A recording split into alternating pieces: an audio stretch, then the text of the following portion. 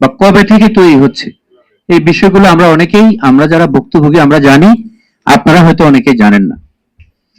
আবাসন সেক্টরে বহুমুখী সমস্যা আছে, কিন্তু আমি দুটি বিষয় নিয়ে কথা বলতে চাই। আবাসন সেক্টরের সবচেয়ে যেই বেশি গলার কাটা এবং আমরা সমস্যা বলতে পারি, সেটি হচ্ছে যে 2022 এবং 35-এ যে ড্যাব অনুমোদন করা হয়েছে, এটি হচ্ছে আবাসন সেক্টরের সংকটের সবচেয়ে উল্লেখযোগ্য একটি বড় কারণ। আর দ্বিতীয় যে কারণ, সেই কারণটি হচ্ছে অস্বাভাবিক র মেটেরিয়ালস এর দাম বৃদ্ধিকরণ। এই দুইটির কারণে আমরা আসলে সবচেয়ে বেশি সংকটময় মুহূর্ত অতিক্রম করছি। এখন ড্যাব আমরা বাতিল চাই, কিন্তু আমরা আসলে ড্যাব হচ্ছে একটা বিশদ বিষয়। আমরা আসলে ড্যাবকে বাতিল চাচ্ছি না, আমরা ড্যাবের কয়েকটি মাত্র বিষয়কে সংশোধন করতে চাচ্ছি। যে ড্যাবে যে বিষয়গুলো আমাদের দৃষ্টিতে মনে হয়েছে ক্ষতিকারক, সেই বিষয়গুলো আমরা সংশোধন চাচ্ছি। এখন সেই বিষয়গুলো কি, এগুলো নিয়ে আলোচনা করলে অনেক সময় যাবে। আমি অত্যন্ত সংক্ষেপে বলছি, এবং আমাদের আজকের যে প্রধান অতিথি, ওনাকে অনুরোধ করব বিনয়ের সহিত আমাদের এই বিষয়গুলো যেন উনি একটু মেমোরিতে নেন। কারণ ওনারা এখন যে অবস্থান থেকে কথা বলেন, এটাই বাংলাদেশের কথা, এটাই আমাদের 18 কোটি মানুষের কথা। এবং আগামী দিনে বাংলার প্রতিটি মানুষ বিশ্বাস করে যেই কোনো মুহূর্তে যেই কোনো ভাবেই নির্বাচিত এবং যে কোনো ভাবে আগামী যে সরকার গঠন করবেন, আমাদের আজকের যিনি প্রধান অতিথি, তিনি ওই সরকারের অত্যন্ত একটি গুরুত্বপূর্ণ প্রভাবশালী পর্যায়ে থাকবেন বলে আমরা সবাই বিশ্বাস করি। তাই আমি মনে করি আমাদের আজকের যে উত্তরণ, এই উত্তরণের ক্ষেত্রে আজকে আমাদের যে প্রধান অতিথি, উনিও আমাদের জন্য একটু উল্লেখযোগ্য ভূমিকা রাখতে পারেন। আমাদের ড্যাবের যে পার ক্যালকুলেশন নিয়ে আমরা কথা বলি, ওখানে ওনারা কি বলেছেন, ডেনসিটি একটা শব্দ উল্লেখ করে, যেখানে আগে 10 তলা অনুমোদন দিয়েছেন, এখন ওখানে 5 তলা অনুমোদন পাওয়া যাবে। এখন হাইট কমাইয়ে দিবে, 5 তলা করার ফলে কি হবে, 10 তলাতে 200 লোক থাকতে পারতো, 5 তলাতে এখন 100 লোক থাকবে। এটাতে নাকি পরিবেশ ভালো হয়ে যাবে ঢাকা শহরে। এটা হচ্ছে একটা যুক্তি। কিন্তু যেই ফর্মুলা দিয়ে ওই ড্যাবকে উনি তৈরি করেছেন, ডেনসিটি ফর্মুলাটাকে আমরা অ্যানালাইসিস করে দেখেছি যে ওই অ্যানালাইসিস সরিষার মধ্যে ভূত, ওই অ্যানালাইসিসটা টোটালি ভুল।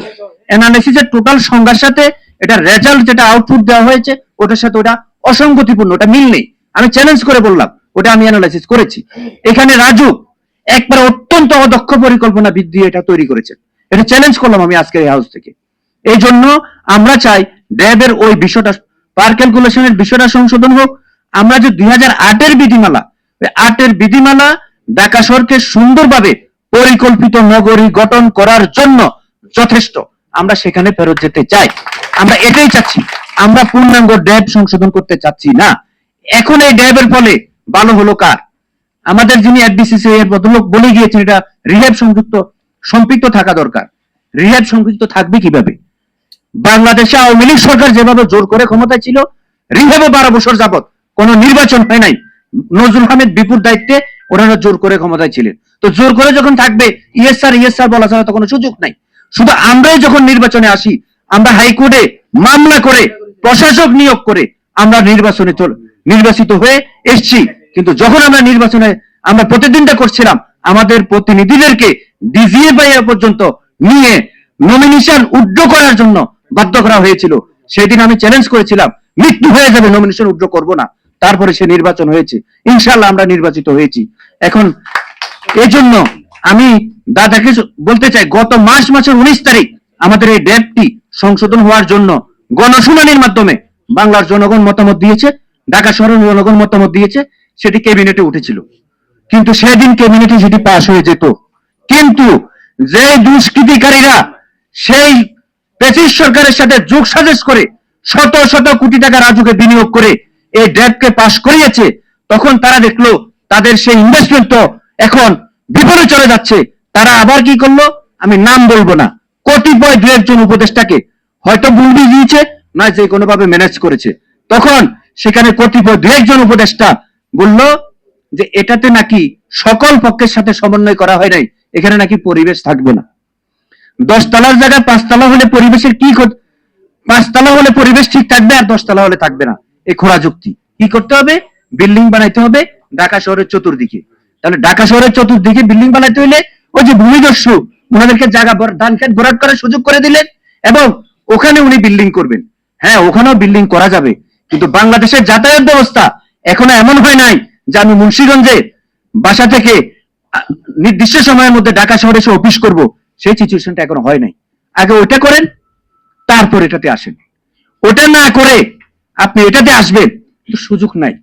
সুতরাং আমি মনে করি 2008-এর বিধিমালা অত্যন্ত সুন্দর এবং পরিপক্ক একটা নিয়ম। এই জন্য ওই যে ভূমিদস্যু প্রেতাত্মাদের এজেন্ডা বাস্তবায়ন না করে আমরা যে সাধারণ ভূমির মালিক এবং আমরা যারা এই সেক্টরে ব্যবসা করে এসেছি, আমাদের এই বিষয়গুলো সুন্দর নগর পরিকল্পনার পক্ষে আমরা, এবং যত প্রকার পরিকল্পনা সুন্দর রাখার জন্য সহজ করা যায় সেটাতে আমরা আসি। কিন্তু আজকে আমরা রাস্তা দিয়ে ময়লার গন্ধে হাঁটতে পারি না, সেখানে পরিবেশের কোনো ক্ষতি হয় না। নতুন যত বিল্ডিং হচ্ছে প্রত্যেকটি বিল্ডিং পরিকল্পিতভাবে হচ্ছে। দেখবেন আপনি ঢাকা শহর হাঁটতে গেলে একটা ডেভেলপার যে বিল্ডিং করেছে ওটার সামনে রাস্তা 20 ফিট, তার একটা বিল্ডিং পরেই ওখানে 8 ফিট। কেন? ওটা পূর্বের বাড়ি, ওটা তো নতুন করে অনুমোদন করতে গেলে বা নিতে গেলে সেটা রাস্তাটা প্রশস্ত হবে। এখন যে বিশৃঙ্খলতা জন্ম থেকে হয়ে এসছে, রাতারাতি সেটা বাস্তবায়ন হবে না। পরিকল্পিতভাবে আস্তে আস্তে যখন আমরা ডেভেলপ করব, নিঃসন্দেহে সেটা হয়ে যাবে। আজকে এই টেবিল থেকে আমাদের দাবি, আমাদের যে ড্যাব পুনঃ সংশোধন করে জনগণের চাহিদা অনুযায়ী গণশুনানির মাধ্যমে রাজুকে যেই প্রস্তাবিত রিহেব থেকেও দেওয়া হয়েছে, ভূমির মালিকদের পক্ষ থেকেও দেওয়া হয়েছে, আমাদের সাব ডেভেলপার্স ফোরামেরও এটার মধ্যে শতভাগ সমর্থন আছে, ওটাকেই বাস্তবায়ন করতে হবে। এর চাইতে যদি কোনোভাবে সেই ভূমিদস্যুদের সাথে অ্যাটাক করে পরিবেশের নাম দেখিয়ে এটাকে কোনোভাবে এটাকে বাস্তবায়ন না করার পায়তারা করা হয়, তাহলে সেটা আমার মনে হয় কারোর জন্যই শুভকর হবে না। ধন্যবাদ সবাইকে। আসসালামু আলাইকুম।